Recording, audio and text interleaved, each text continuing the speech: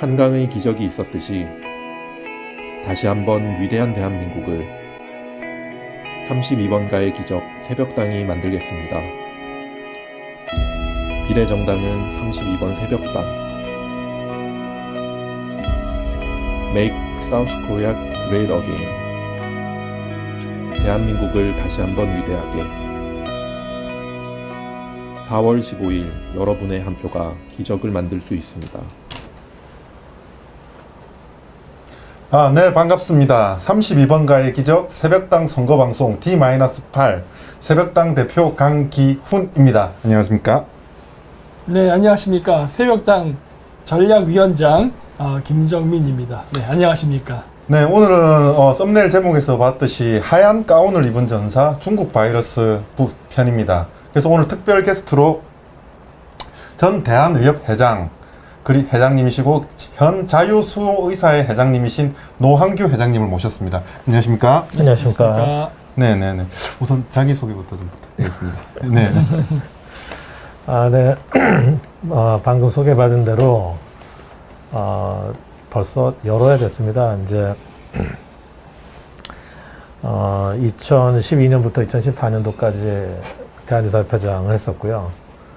그 이전에 이제 전국의사 총연합이라고 하는 의사단체 대표를 했었고, 그리고 지금은 자유수의사회라고 규모는 작고 활동도 좀 미진합니다만, 회장을 맡아서 활동을 하고 있고, 그리고 지금 조그만 개인 의원을 운영을 하고 있습니다. 노한규입니다.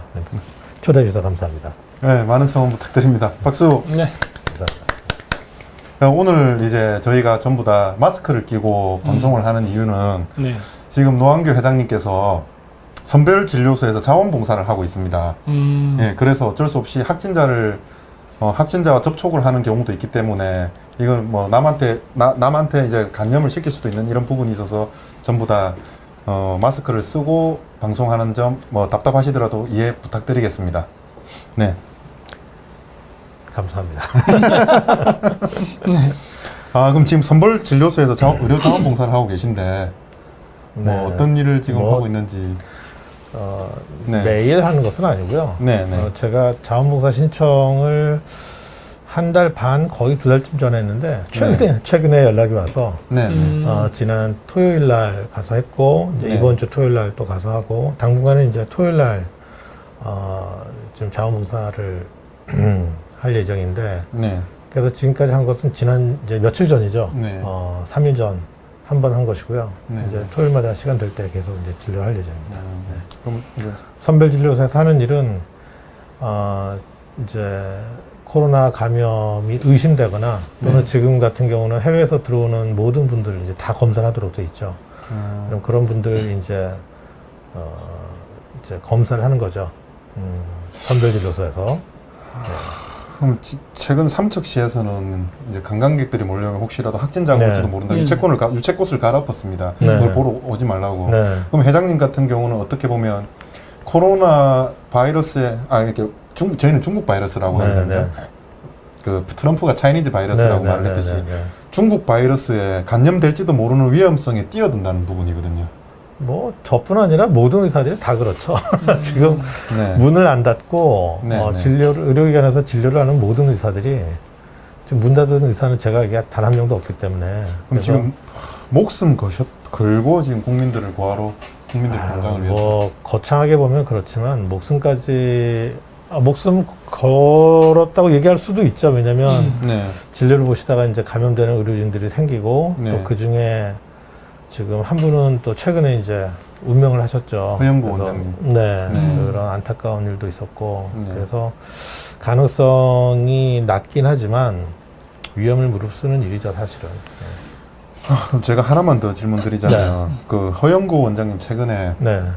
그 유명을 달리하셨던 원장님 같은 경우는 네. 어떻게 보면 국가 재난 상황에서 네. 바이러스와 싸우다가 운명을 달리하셨습니다. 네. 이런 경우 전쟁과 같은데 네. 과연 국가에서 순직으로 인정을 해줄 건지 그리고 국가 유공자로 지정을 해줄 건지 이 부분에 대해서는 조금 궁금합니다. 지금 이제 민간인에 대한 어떤 순직 규정이 어떻게 되는지는 잘 모르겠습니다. 그런데 지금 국가유공자로 해야 된다. 그러니까 의사자로 해달라고 하는 지금 국민청원은 올라가 있어서 네. 저도 거기에 이제 사인을 오늘 했고요. 네. 말씀하신 대로 진료 현장에서 감염된 것이기 때문에 그렇죠. 이제 확진자를 2분을 진료를 했죠. 네. 그래서 저는 마땅히 의사자 또는 이제 그 국가유공자 뭐 어떤 식으로든 국가에서 그 죽음에 대한 보상을 적절하게 예우하고 보상하는 것이 맞다고 생각합니다. 당연하죠.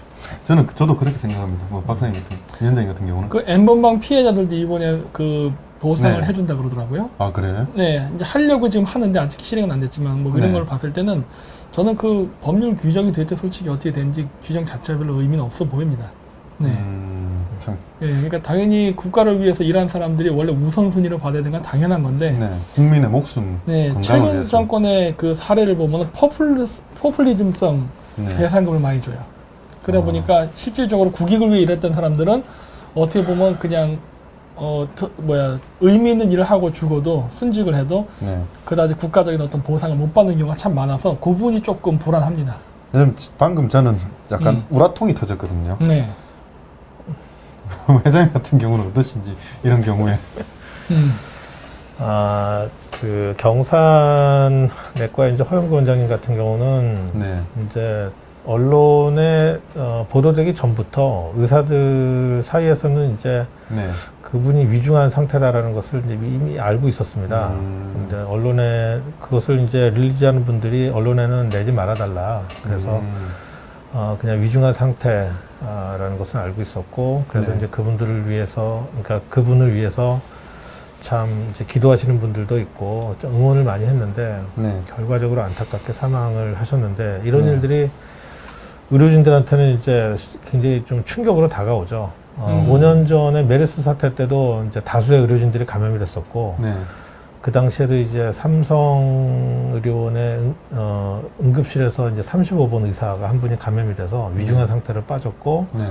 그분도 결국 심폐소생술까지 했는데 나중에 이제 그때 그 당시에도 이제 오보가 한번 났었습니다. 사망했다고. 네. 그런데 이제 다행히 살아나셨는데 후유증은 좀 있습니다만 네. 다행히 살아나셨는데 네.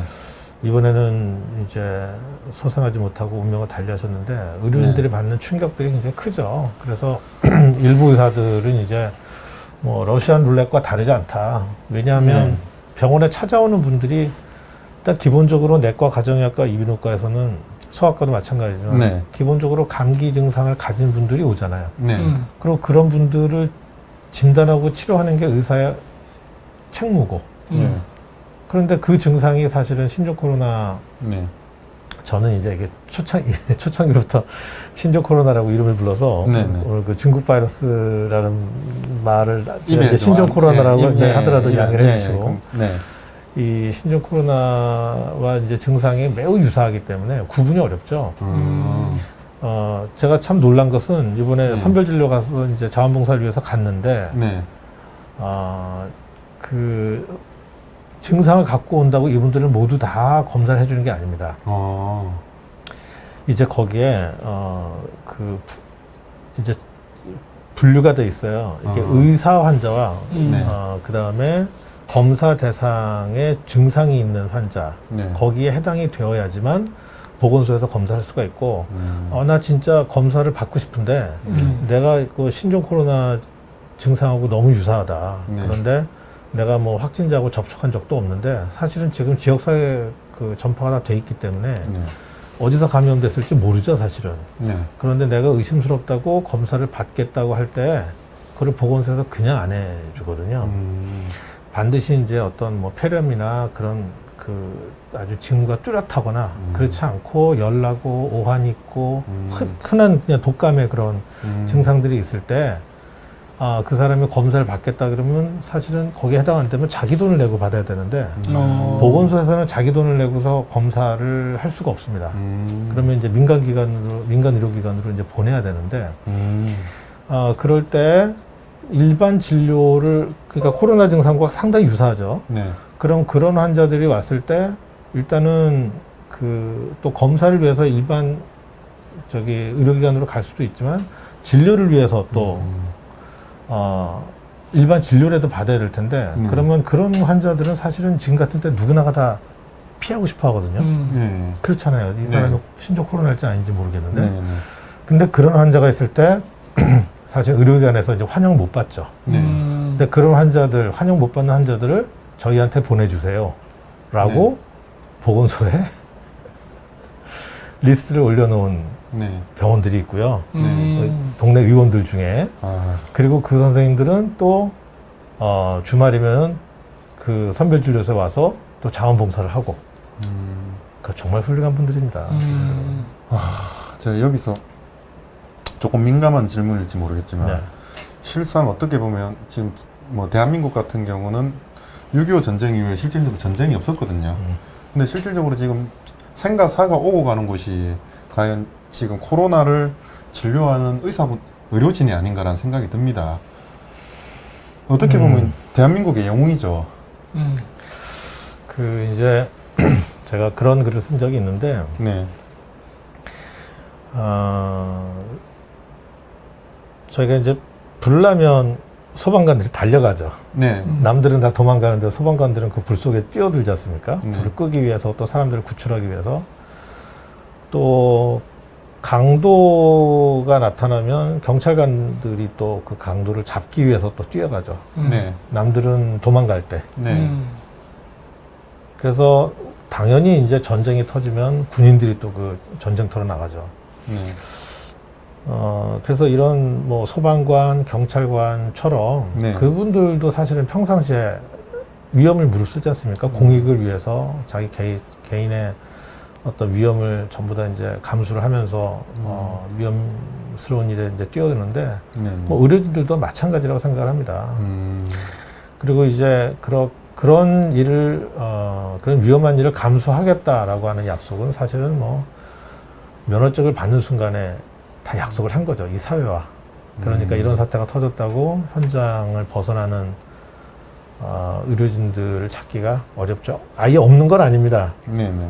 소수는 있습니다. 이번에 신종 코로나 사태 때도 어느 모 의료원에서 네. 거기가 이제 이 신종 코로나 지정병원으로 지정이 되니까 네. 간호사들 몇 분이 이제 집단으로 사표를 냈죠. 사직서를 냈는데 그 뉴스가 보도되자마자 훨씬 더 많은 간호사들이 자원을 했죠. 네. 그래서 그 정신들이 살아있는 걸 보면서 참 저도 참 뭐 의료진 중에 한 사람이지만 감동 많이 받았습니다. 네. 그래서 제가 왜 이런 말씀을 드리냐면 이제 본인 목숨을 걸고 이렇게 바이러스라든지 국민 건강을 위해서 싸우는데 네. 문재인 정권 경우에는 뭐 언론이라든지 이제 의사분들한테 약간의 부정적인 프레임 씌우는 게 많이 보였습니다. 첫 번째로 이대목동병원이 그렇고요. 그리고 뭐 어떤 얘기를 하면 의사분들이 약간의 뭐 어느 집단이나 범죄를 저지르는 부분이 있습니다. 그냥 뭐 어떻게 실수한 거 네. 이런 부분 그 고의가 아닙니다 분명히. 근데 그걸 가시를 고의로 꾸며서 보도하는 경우가 아주 많았는데 저는 그러면서 약간 의사 흠집내기 아니냐 저는 이렇게 생각을 한 적도 있거든요. 근데 이번 같은 경우도 지금 목숨 걸고 국민들을 위해서 헌신하고 있는데 그 부분이 부각이 안 되는 부분이 많습니다. 이게 여론 플레이인데 저만 그렇게 느꼈는데 그 회장님은 어떻게 생각을 하시는지. 대다수 의사들이 네. 그렇게 느끼고 있죠. 저만 그렇게 느끼는 게 아니고요. 물론입니다. 네. 아, 더 참 기가 막힌 건 최근에 이제 네. 더불어민주당에서 주도한 것으로 알고 있는데 네. 이제 보건의료인 단체가 만들어졌죠. 네. 근데 거기에 의사협회가 빠져 있어요. 네? 의사협회를 빼고 그 단체 그 정확한 이름이 잠시만요. 보건의료인 단체를 만들었는데 네. 실질적으로 의사를 뺀다.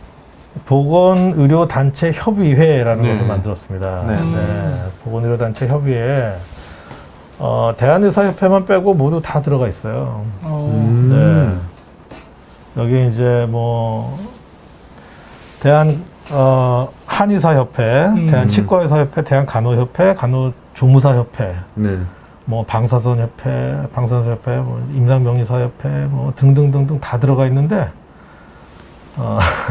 실질적으로 병원에서 15개 그 의료 직종 대표단체와 이제 노동단체가 들어가 있는데 여기에 이제 대한의사협회는 빠져 있죠.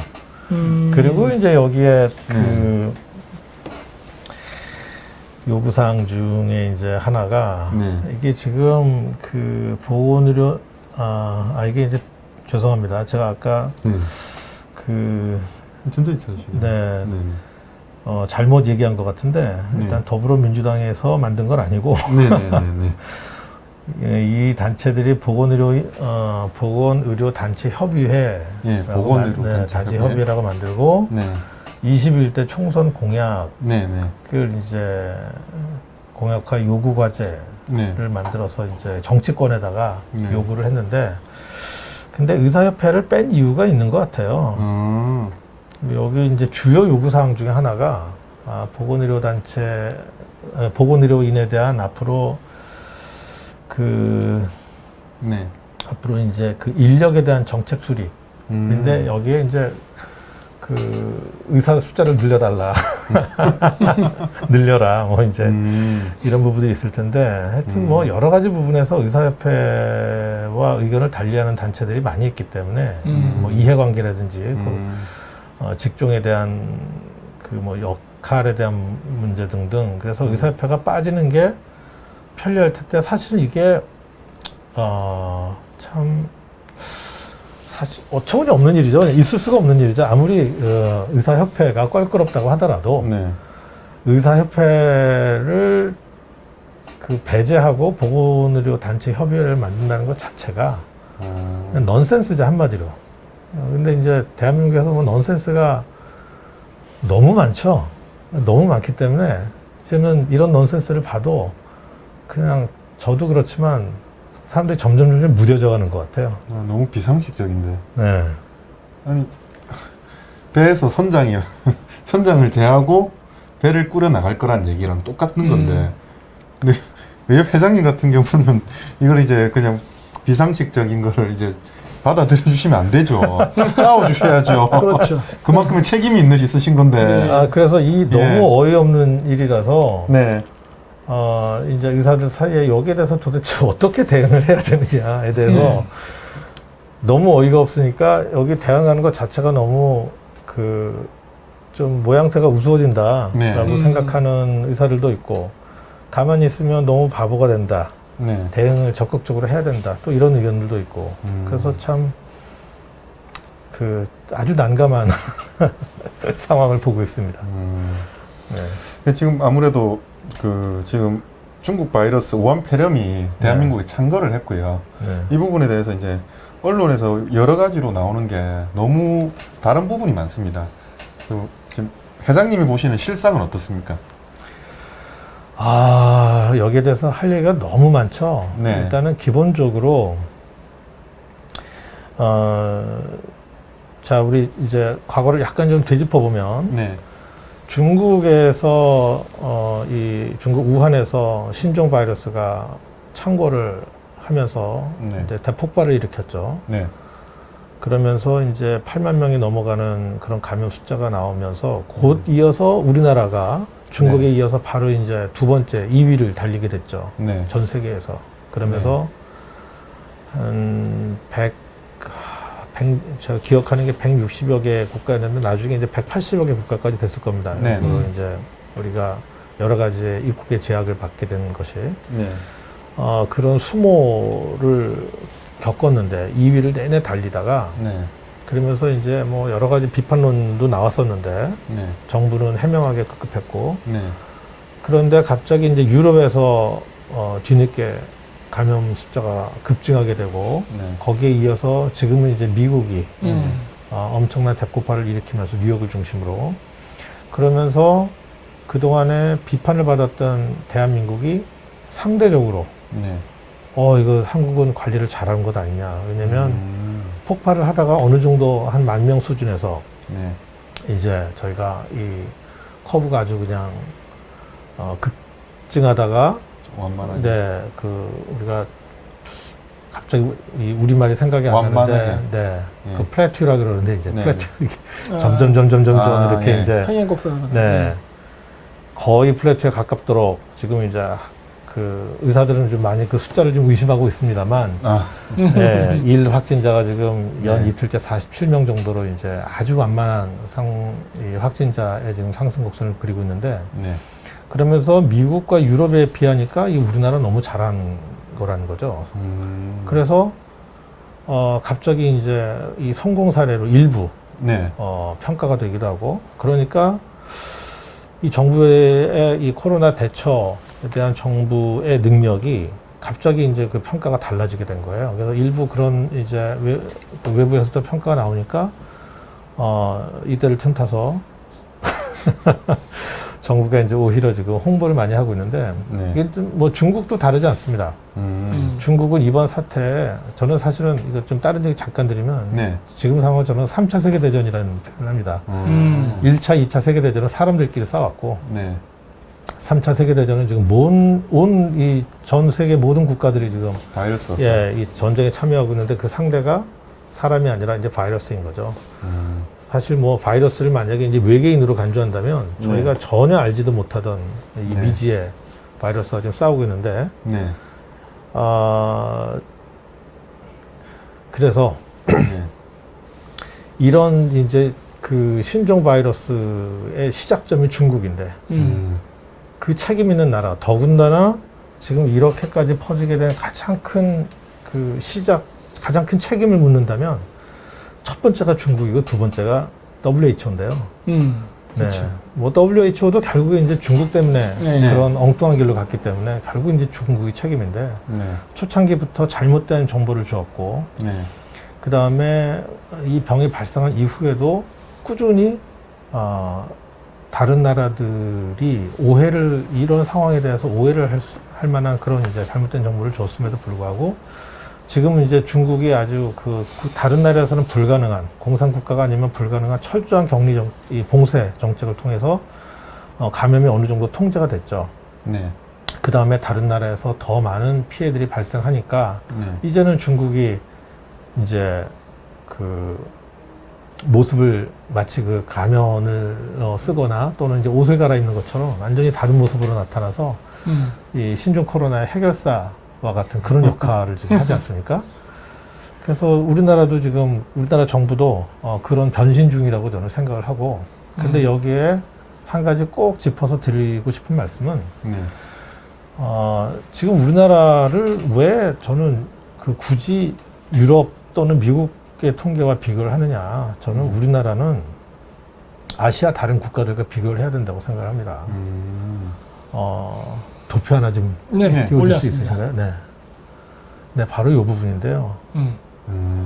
2월 2일과 4월 5일 사이에 불과 2달인데, 2달 사이에 무슨 일이 벌어졌느냐. 한국, 싱가포르, 홍콩, 대만 전체 아시아 국가에서 이 신종 코로나 바이러스의 발원지인 중국을 제외하고 우리나라가 아직도 단연 1등입니다. 네, 2월 2일 날 통계가 다 비슷했어요. 그런데 이제 불과 2달 후에 우리나라는 10,000명이 넘는 사람들이 확진이 됐고, 앞으로 그 중에 사망자는 더 늘어날 것이고, 오늘 현재 4월 5일 현재 183명이 사망했고, 지금 이제 오늘 현재는 192명이 사망했는데, 어쨌든 200명 가까운 분들이 돌아가셨어요. 그런데 우리가 대처를 잘 했더라면, 그러면 지금 다른 나라와 같은 싱가포르나 홍콩이나 대만과 같은 결과를 가졌을 거거든요. 그러면 쉽게 설명하면 한 180여 명은 안 돌아가셔도 될 분들이 돌아가신 거거든요. 그렇죠. 그러네요. 네. 그리고 네. 저 확진자 중에도 네. 지금 사망을 하지는 않았지만 고통을 받았거나 지금도 네. 받고 있는 분들이 굉장히 많죠. 그럼 우리는 훨씬 더 잘할 수 있었는데, 네. 유럽과 비교해서 우리가 유럽처럼 되지 않았다. 그래서 우리는 잘한 것이다. 물론 우리가 잘한 것들이 많이 있습니다. 하지만 반성할 부분들은 확실하게 반성을 해야 되고, 그 다음에 이 책임 부분을 나눈다면, 이제 이런 사태가 터지면 그 청와대의 역할이 있고요. 네. 그 다음에 정부의 역할이 있고, 네. 그 다음에 이제 의료진의 역할이 있습니다. 네. 청와대와 정부는 구별을 해야 됩니다. 네. 네, 왜 구별을 해야 되냐면, 정부는 언제나 있는 존속기관이고요. 네. 바뀌지 않습니다. 예. 예를 들어서 질병관리본부라고 하는 정부의 조직체가 네. 정권이 바뀐다고 질병관리본부가 싹 다 바뀌는 게 아닙니다. 네. 메르스 때 있었던 그 질병관리본부가 그대로 있는 것이고요. 그런데 메르스 때는 정권이 달랐죠, 지금하고. 네. 네. 우리나라는 사실 이번에 2015년도에 있었던 5년 전에 있었던 메르스 사태를 우리가 아시아 국가 중에 유일하게 겪었죠. 네. 그 메르스 사태를 통해서 우리가 얻은 게 굉장히 많습니다. 매우 많습니다. 특히 이제 질병관리본부가 이런 감염 사태에 대해서 어떻게 대응을 해야 되는지 그때 배운 거예요. 우리나라 질병관리본부가. 지금 5년 전 기억이라서 많은 분들이 가물가물 하시는데, 제가 한 가지만 기억을 꺼내드리겠습니다. 이것조차도 모르시는 분들이 워낙 많아요. 네, 맞습니다. 뭐냐면, 2015년도 5년 전에 네. 우리나라에 메르스 감염 1호로 확진된 사람이 네. 첫 그 확진된 날짜가 5월 20일이었습니다. 지금 같으면 어떻습니까? 확진자가 나타나면 이 사람이 어떻게 감염됐고, 네. 그 다음에 경로. 이 사람하고 접촉한 사람들은 누구누구이고, 네. 이거를 다 공개해서 네. 그 자리에 갔던 사람들 다 조심해라. 그 다음에, 그 다음에 접촉한 사람들 다 데려다가 검사하고 모든 정보를 다 투명하게 오픈하잖아요. 2015년도에 안 그랬어요. 안 그래서 그때 186명이 감염되고 그 중에 38명인가가 사망하게 된 겁니다. 이게요, 네. 그 당시 한 가지만 제가 말씀드리겠습니다. 5월 20일 날 확진이 된 사람이 경기도에 있는 지금 다 보도됐었던 거기 때문에 이제 말씀드리겠습니다. 네. 평택에 예. 있었던 그 평택 성모병원이었던가 이름이? 예. 예. 네. 하여튼 평택의 A병원이었습니다. 네. 평택에 있는 병원에 있다가 삼성에서 확진이 됐어요. 네. 자, 그런데 이 평택에 있는 병원에서 많은 환자들을 접촉했을 거잖아요. 네. 많은 환자들을 접촉을 네. 했습니다. 예. 그런데 그때는 메르스가 1시간 정도는 같은 공간에 있어야지만 감염되는 걸로 알고 있었어요. 네. 밀접 접촉자의 기준이 그렇게 돼 있었어요. 1시간. 네, 1시간 동안 2m 이내에. 잠깐이 아니라. 그래서 그렇게 오랜 시간 동안 2m 이내에서 접촉한 그런 보호자들. 네. 아주 그 밀접 접촉자의 이제 범위를 좁게 잡은 거죠. 그리고 나머지는 감염이 안 됐을 것이다라고 간주를 했어요. 감염이 됐을지 안 됐을지 모르는데 일단 그렇게 간주를 해버렸어요. 그리고 자, 이 병원은 감염이 어쨌든 오염이 됐잖아요. 네. 그래서 이 병원을 폐쇄를 시켜야 되는데, 그리고 그 병원에 입원해 있던 많은 사람들. 네, 어떡하냐. 네. 평택 성모병원이 아니었군요. 네. 이름이 네. 제가 그 이름은 평택 성모병원 아닙니다. 네. 네. 그래서 그 병원에 입원해 있던 많은 사람들을 다른 병원으로 가라 그랬어요. 어디 다른 데 가서 치료 받아야 되잖아요. 병원 문을 닫으니까. 네. 이 사람들이 알아서 다 갔어요. 여기저기. 전국으로 다 퍼졌어요. 전국으로. 그러면서 전국으로 퍼진 겁니까? 그러면서 전국으로 다 퍼진 거예요, 이게. 그 중에 14번 환자가 삼성서울병원의 응급실에 갔다가 네. 거기서 80명 넘게 감염을 시켰어요. 슈퍼 전파자였죠. 네. 그런데 삼성에서 그거를 알 턱이 있나요? 공개를 안 했으니까. 그렇죠. 예. 그 다음에 이 사람이 대전에도 가고 청주도 가고 전국에 다 갔어요. 그 평택에 있던 그 병원에 있던 환자들이 전부 다. 자, 그런데 그래갖고 막 여기저기서 감염이 퍼지는데, 그러니까 전국에 있는 모든 의료기관들이 얼마나 두려워요. 그러면 최초의 그 감염원이 됐던 그 병원이 어딘지를 알아야지만 그 환자를 왔을 때부터 검사를 하든가 격리하든지 할 거 아니에요. 근데 그걸 안 알렸어요, 정부가. 질병관리본부는 그때도 안 알렸어요. 우리가 원래부터 이렇게 하고 있었던 줄 아는데 아닙니다. 5년 전에 그걸 알리질 않았어요. 그래서 전국으로 다 퍼지게 된 거예요. 그래서 사람들이 특히 의료기관에서 알려달라, 정보 공개를 해라. 그런데 끝까지 안 했어요. 얼마 동안 안 했느냐? 6월 7일까지 안 했습니다. 5월 20일부터 6월 7일까지. 그래서 그 18일 동안 전국에 다 퍼지게 된 거예요. 그래서 나중에는 처음에는 계속 정부도 그랬고 심지어 그 당시에 감염학회에서도 이거를 공개하는 것이 도움이 안 된다 그렇게 얘기했어요. 말이 안 되는 얘기죠. 네. 그랬었거든요. 일반한테 공개하는 것도 아니고 의료진들끼리 보는 거예요. 그래서 의료진들한테 먼저 공개하겠다고 그랬다가 나중에 이제 결국 다 공개를 하게 됐는데 네. 그런 과정을 통해서 우리가 배우게 된 거예요. 시행착오를 통해서 그럼요. 새로운 매뉴얼이 만들어진 거예요. 우리가 메르스를 겪지 않고 이번에 이게 터졌다? 이렇게 안 합니다. 이렇게 못 하죠. 우리가 상당히 업그레이드 된 거고요. 그 당시에. 그 메르스라는 걸 통해서. 그래서 그런 예방주사를 맞았기 때문에 네. 질병관리본부와 의료진들이 또 검사 업체들도 마찬가지입니다. 그래서 이런 발빠른 대응들이 가능했는데, 그러니까 이거는 정부 기관과 의료진들은 잘한 거예요. 행정부. 예. 네. 예방주사를 맞았기 때문에. 의료진도 잘했고. 네. 그런데 청와대. 감염원을 차단을 해야 되는, 그건 누가 결정합니까? 그 청와대에서 결정하는 거죠. 그렇죠. 청와대에서, 그거는 정치행위니까요. 그렇죠. 네. 청와대에서 그걸 끝내 안 했잖아요. 지금도 안 하고 있지 않습니까? 제가 하나 여쭤볼게. 그래서 저는 아까 한 번만 보여주시겠습니까? 네. 여기 보면 한국이랑 처음에 2월 2일 날은 사망자라든지 확진자라든지 다 비슷했습니다. 근데 뭐 한국, 싱가포르, 홍콩, 대만을 비교했을 때 이제 확진이 한국 확 늘어버렸지 않습니까? 네. 그래서 어떻게 생각했냐면 한국이 싱가포르나 홍콩, 대만보다 의료 시설이 낙후됐거나 의료 체계가 나쁜 건가 이렇게 생각을 할 수밖에 없었거든요. 근데 뭐 의료 관광이라든지 이렇게 한국의 의료 시설이 잘 돼 있기 때문에 오고 편리하다고 오는 분들이 많거든요. 병을 고치러 온다. 네. 저걸 보고 저는 그렇게 생각했거든요. 저건 너무 차이가 난다. 한국 의료 시설이 낙후되었나? 아니 의료 체계가 나쁜 건가? 시스템이 나쁜 건가? 이렇게까지 생각을 할 수밖에 없었거든요. 이제 이해가 갑니다. 그 이유 같은 경우는 결국에는 그 병원의 감염원을 막지 않았다는 거네요. 그렇죠. 네.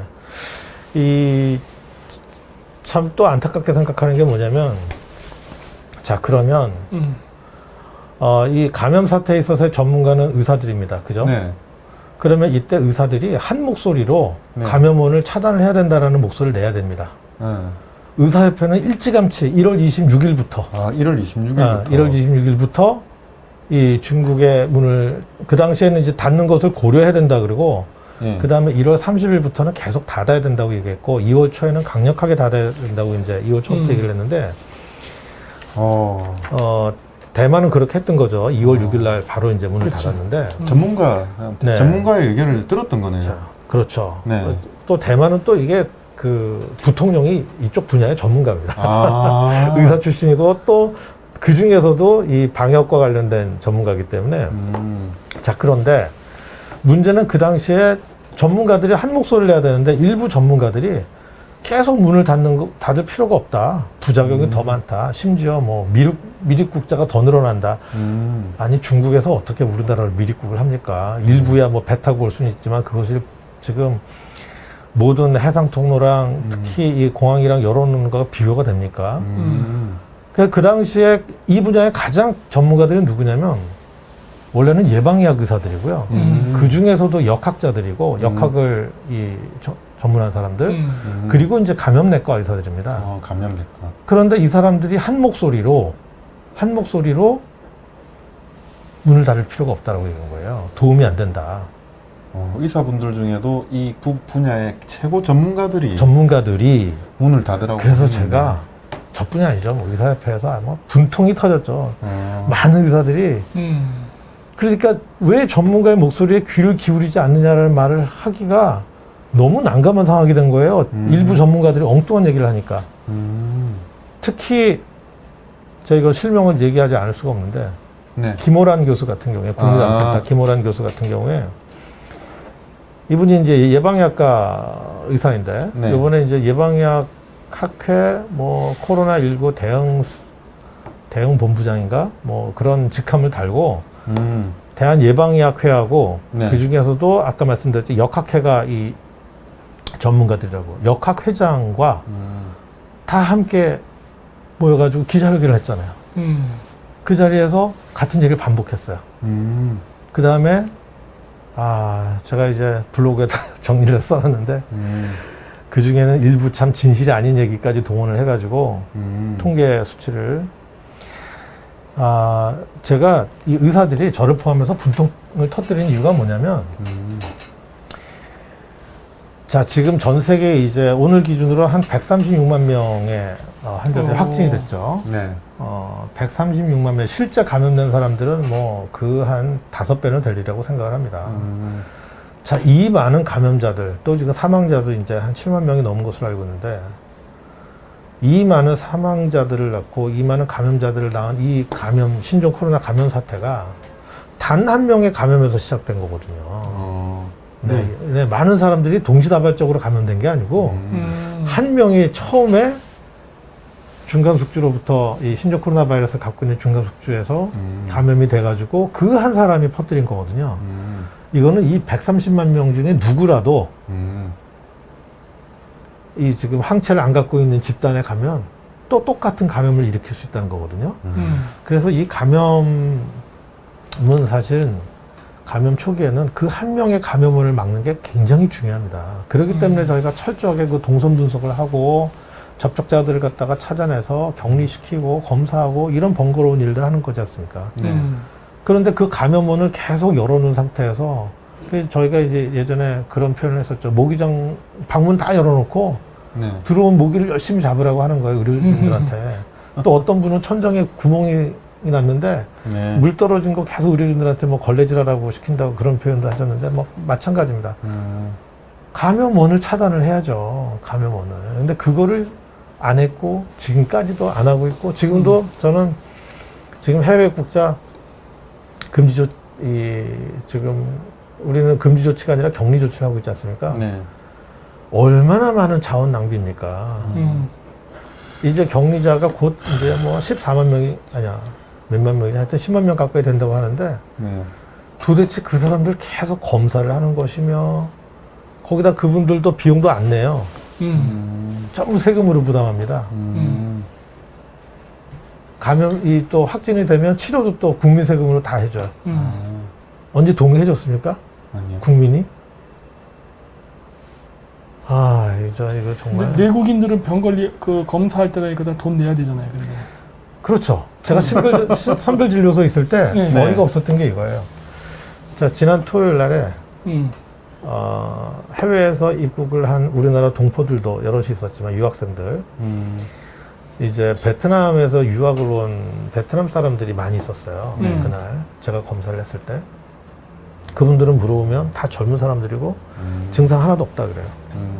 증상 하나도 없는 외국인들은 저희가 다 무료로 해줘요. 그리고 증상이 있는 내국인은 오면은 확진자와 접촉을 했거나 아니면 위험 지역에 어디를 다녀왔거나 그 대상이 있거든요. 거기에 해당이 없으면 그분한테는 당신은 아쉽지만 자기 돈 내고 해야 되는데 보건소에서는 안 됩니다. 일반 다른 의료기관에 가십시오라고 이제 안내를 해줘요. 안내를 해주는데 그날은 또 토요일 날 오후 시간이 되면 또 일찍 문 닫는 데는 많거든요.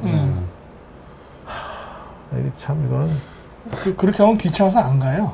또 비용도 만만치 않죠. 비용 10만에서 17만 원. 비용도 그 정도 내야 그러니까 국가에서 가장 근본적인 대책이 있는데 그걸 하지 않고 그냥 눈 가리고 앙왕이네요. 네, 그래서 저는 지금 맨날 그 상호주의라는 얘기를 하는데 이제라도 상호주의를 따르던가. 그러니까요. 우리나라 사람들 다 못 오게 막잖아요. 막고 있는데 우리는 왜 그 나라 사람들을 계속 검사를 해줘야 되나요? 그리고 영원히 하자는 것도 아니고 한시적으로 지금 정말 이게 지금 비상사태지 않습니까? 지금 모든 나라들이 그런 부분들에 대해서 지금 서로 양해를 하고 하는데 왜 우리나라만 이렇게까지? 그러면 정부 사람들이 그런 정책을 결정한 사람들이 와서 위험을 무릅쓰고 또 자기 돈을 내서 하는 건 아니잖아요. 네. 위험을 무릅쓰는 사람들은 의료진들이고 네. 돈을 내는 사람들은 국민들이고. 그렇죠. 그래서 이해가 안 가는 게 그러면 저 아까 예방의학과 김호란 교수라고 네. 네, 김호란 교수라는 이분은 예방의학과면 그러면 모두가 안 된다고 할 때 혼자서 괜찮다라고 얘기를 했습니다. 그럼 이분도 공부를 안 해서 그걸 진짜 몰랐던 건가요? 아니면 다른 의도가 있었는지? 김호란 교수가 이런 얘기를 할 때 네. 저보다 훨씬 더 분통을 터뜨린 분들이 예방의학과 의사들이었어요. 아, 그분은 더 잘 아시니까. 그렇죠. 네, 다른 예방의학과 의사들. 네, 그러면서 정말 이 학회의 수치다. 나중에 이제 그 보도가 됐죠. 네. 그 김호란 교수가 왜 그런 발언을 했는지를 유추할 수 있는 배경이 이제 보도가 됐는데 바로 그 남편이 네. 지금 여당에서 공천을 받았죠. 그래요? 네. 민주당에서요? 네네네. 지역구로요? 네네네. 어디 양산인가 그렇지 않아? 그러니까 전문가적 발언이 아니라 정치적 발언을 해버린 정치적 거예요. 발언을 했네요. 예, 감염 대책에 대해서. 아니, 의사라는 양반이 국민의 목숨을 가지고 정치적 발언을 한다는 게 제가 분통이 많이 터지네요. 저는 이제 전공이 심장 수술을 하던 흉부외과 의사입니다. 감염이나 역학에 대해서 전문가도 아니고 네. 김호란 교수가 전문가죠. 네.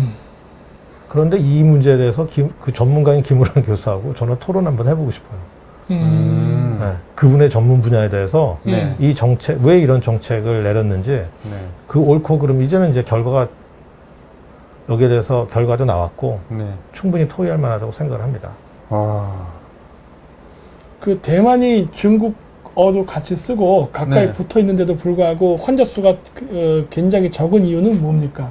일찌감치 감염을 차단했기 때문이죠. 그 감염원을 차단한다는 말이 구체적으로 알아듣기시면 무슨 네. 말입니까 이게? 이제 감염 사태가 일어났을 때는 네. 이제 우리가 이걸 생각을 해야 돼요. 바이러스는 박테리아하고 다른 게 뭐냐면 네. 다른 세균이나 그런 네. 거하고 다른 게 뭐냐면 박테리아는 혼자서 생존이 됩니다. 예, 우리가 예를 들어서 뭐 어디 이런 데 묻어서. 세균이 있어요. 근데 여기 혼자서 증식할 수 있어요. 요것만 맞으면. 근데 바이러스는 혼자서 증식을 못해요. 바이러스는 항상 생명체에 들어가야지만 그 생명체의 숙주를 이용해서만 얘가 살아갈 수 있는 거예요. 예, 생존이 되고 번식을 할 수가 있습니다. 증식을 할 수가 있는 거죠. 그러니까 어떤 사람은 잘못 알고서 바이러스가 미세먼지처럼 중국에서 이렇게 날아오는 걸로 아시는 분들도 있더라고요. 그러니까 그런 게 불가능하다는 거죠. 반드시 바이러스는 사람을 통해서만 이동을 할 수가 있는 거죠. 전파가 될 수가 있고. 그러니까 이런 바이러스 감염 사태가 터졌을 때는 감염원은 곧 사람입니다. 감염이 된 사람이 감염원이 되는 거예요. 이제 이 바이러스를 전파시킬 수 있는. 자, 그러면 우한에서 처음에 발생을 해가지고 우한이 속해져 있는 후베이성으로 빠르게 전파가 됐습니다. 네. 그리고 곧 이어서 후베이성 바깥으로 퍼졌죠. 그런데 우리나라는 후베이성까지만 막았죠. 그런데 네, 후베이성까지만 막았는데 그것도 좀 늦게 막았습니다. 늦게 막았죠. 네. 그런데 원래 그 중국에서 막혀져 있는 상태였는데. 그렇죠. 네. 거긴 이미 중국에서 봉쇄가 됐고, 봉쇄가 됐는데. 한국은 올 수 있었어요. 근데 공항도 다 봉쇄가 됐었으니까. 근데 이 후베이성만 우리가 입국 금지를 시키고 그 외에는 다 열어놨거든요. 그런데 중국의 그 통계가 한 6만 명, 총 확진자가 한 6만 명 넘어설 때까지 네. 후베이성 바깥에가 한 13,000여 명 됐습니다. 굉장히 많은 숫자예요. 네. 근데 제가 말씀드렸잖아요. 단 한 명이 100만도 감염시킬 수 있는데 그 13,000명 중에 단 한 명이라도 들어오면 전파시킬 수 있는 거죠. 네. 그런데 지금 대한민국의 박능호 보건복지부 장관이 뭐라 그랬나요? 중국에 가서 감염되어 온 우리나라 사람들이 더 많다. 이런 정말 방송 중에 해서는 안 되는 발언입니다. 그러니까 대만은 쉽게 얘기하면은 그 당시에 그 중국으로부터 오는 사람들을 입국 금지 시켰기 때문에 그럼요. 그 숫자가 그것이 가장 적었던 거 컸고요. 그 외에 이제 아까 말씀드린 대로 거기 그날의 부총리가 네. 부통령이 네. 부통령이 이제 그 방역학 박사예요. 존스 홉킨스에서 방역학 박사를 아. 받은 이제 보건복지부 장관을 하다가 부통령이 됐다고 하더라고요. 그분이 이제 주도를 했죠. 그래서 이제 한 120개인가 그 정책을 만들어서 그 순차적으로 다 했는데 거기에 정책들을 보면은 우리나라가 한 것과 거의 비슷합니다. 차이는 감염원을 얼마나 적극적으로 차단했느냐 그 차이인 거죠. 그쵸. 이게 왜 중요한